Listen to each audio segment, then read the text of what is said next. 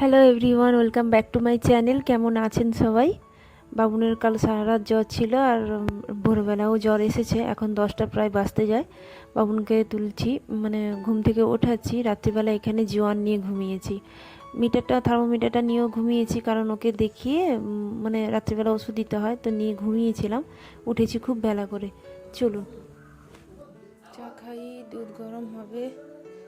কালকে রাত্রিবেলা বাবুনের দুবার জ্বর এসছে, একবার ভোরবেলা আর একবার রাত 12টায়। ওকে খাওয়াতে, মানে ওষুধ খাওয়াতে যেতে না আমারও নিজের ঘুমের ডিস্টার্ব হয়েছে। আর বেলা অবধি তো ঘুমানোই যায় না, গা হাত পা কেমন ব্যথাও হয়ে যায়। চা খাইনি, একটু চা খাই। 10টা বেজে গেল। আজকে বাবুন আর বাবুনের বাবা মহোৎসব খেতে যাবে। এখানে সামনে আমাদের এই পাড়ায় বাড়ি তো। এই দেখুন, এই যে সামনে পাড়া আছে, ওই পাশে একটা পাড়া আছে, কিন্তু এধার দিয়েও যাওয়া যায় ও অন্য দিক দিয়েও রাস্তা আছে।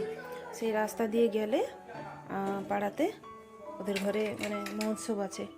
তো বাবুন বলছে খেতে যাবে। জ্বর হয়েছে, তবুও দেখি কি করে। যদি ওই টাইমটা জ্বর না আসে তাহলে খেতে যাবে। আর আমরা ঘরে রান্না করব। আজ আর টেলার যাবো না, কারণ টেলারে গেলে বাবুনকে লক্ষ্য রাখা যাবে না। দুধ গরমটা বসিয়ে দিই। বোতল ধুয়ে দেবো। এই যে গলা ভীষণ ব্যথা, একটু র চা করছি, আমার সাথে খাবে। বললাম একটু চুমুক দিয়ে দিয়ে র চা খা, দেখবি শরীর ভালো লাগবে, মানে গলা ব্যথাটা কমবে। ও তো গরম জল দিয়ে তো গার্গিল করতে পারছে না। গরম জল দিয়ে গার্গিল না করতে পারলে কী হবে? হবেই না, ঠিক। চলো দুধটা বসাই।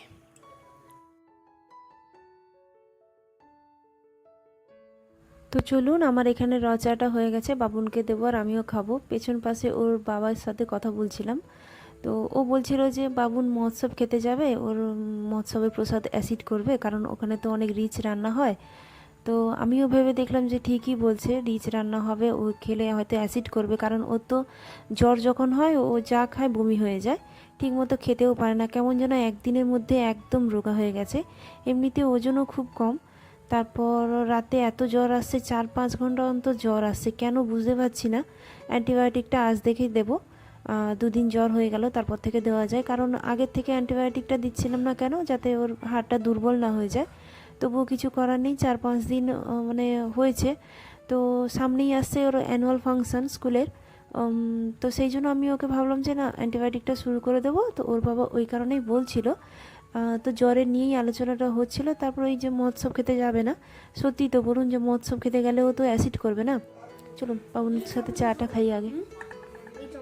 না না না, সে না নোংরা নে, চলো এখানে চুমুক দিয়ে একটু চা খা, ভালো লাগবে। চলে, বাইরে দিয়ে বাতাস আসছে, রোদ উঠেছে, প্রচুর রোদ উঠেছে আজকে।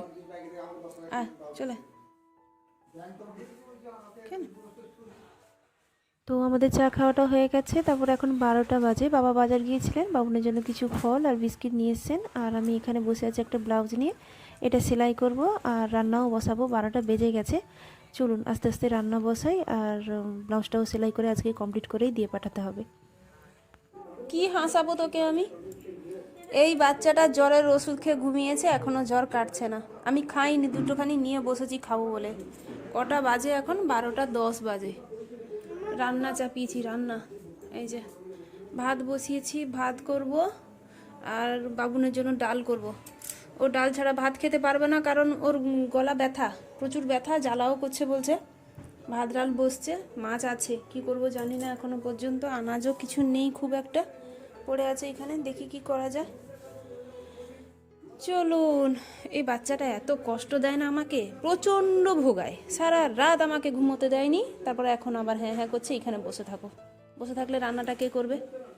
ওই বসে থাকলে রান্নাটা কে করবে? তোর দাদু? তোর দাদু করবে?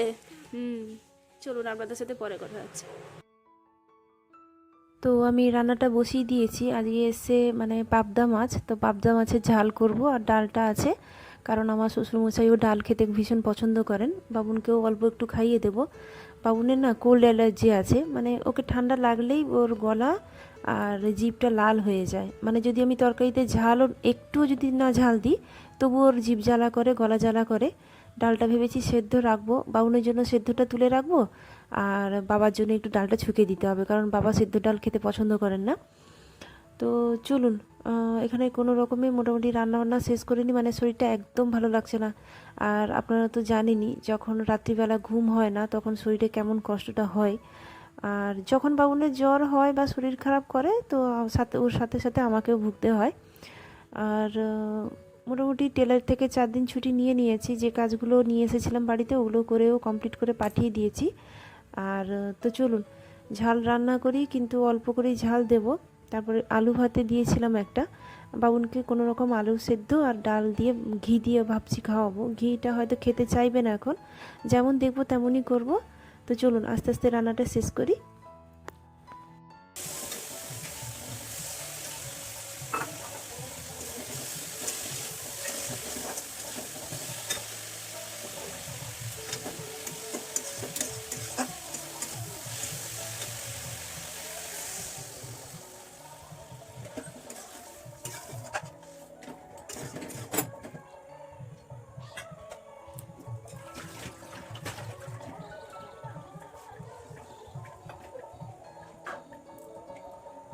তো ওই বেলা খাওয়া দাওয়া করে নিয়েছিলাম, তারপরে একটু রেস্ট নিচ্ছিলাম।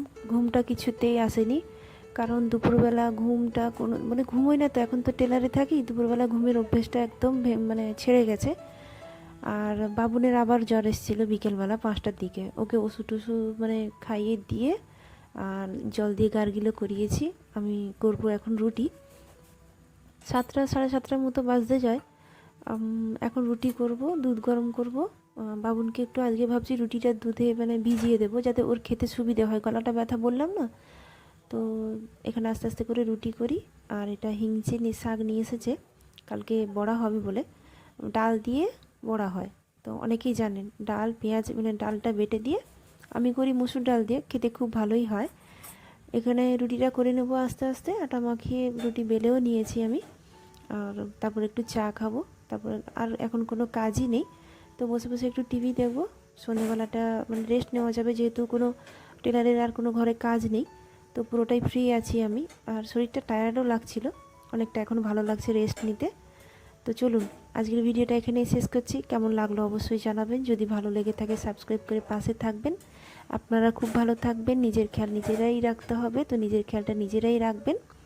দেখা হচ্ছে পরের ব্লগে। তাহলে ভিডিওটা আজকে এখানেই শেষ করছি, টাটা, সবাই খুব ভালো থাকবেন।